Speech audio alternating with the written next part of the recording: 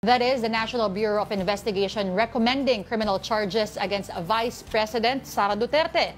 We have News 5 correspondent Elaine Fulgencio on the line for the details. Elaine, na-receive na ba ng DOJ ang documents from the NBI? Yes, Denise, ayon sa National Bureau of Investigation, ay kaninang umaga, inuhain nila yung kanilang rekomendasyon sa DOJ para nga kasuhan si Vice President Sara Duterte ng kasong kriminal, particular na yung rape, threat at ang fighting to sedition.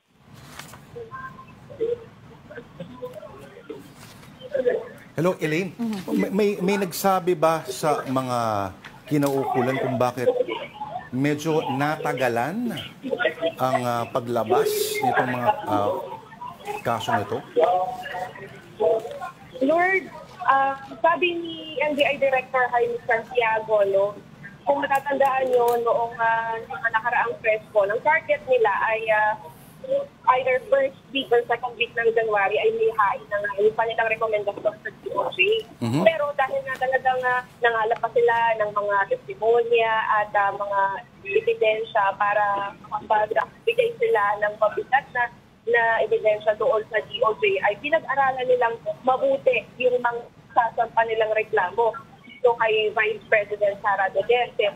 At yung mga nakaraan din na pinatawag na NBI si Sara, kung matandaan nyo nung nakaraang taon na hindi niya sinipot, bawat hindi pagsipot sa Pina, ginagawa nila yung report. And because this morning, yung final recommendation, final result sa kanilang investigation, ay isinumiti na nila sa DOJ.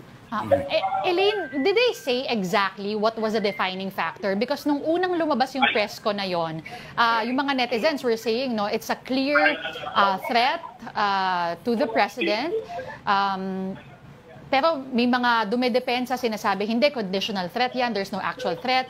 At ang sabi ng NBI, kailangan imbestigahan. VP Sara was never given a chance. Well, she was given a chance, but she did not take the chance to explain herself nung hindi siya nagpakita when she was summoned. Ano yung naging defining factor para sabihin na, okay, ito na nga, meron ng charges?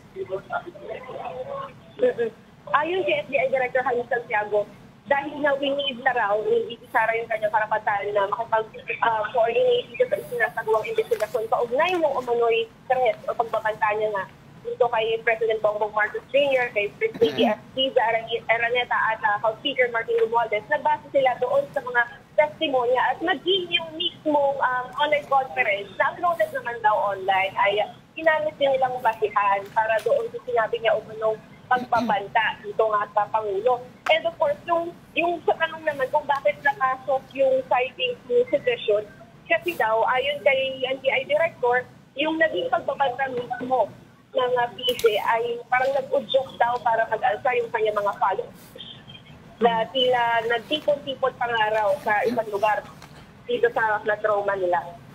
All right, thank you very much. Again, that was News 5 correspondent Elaine Fulgencio.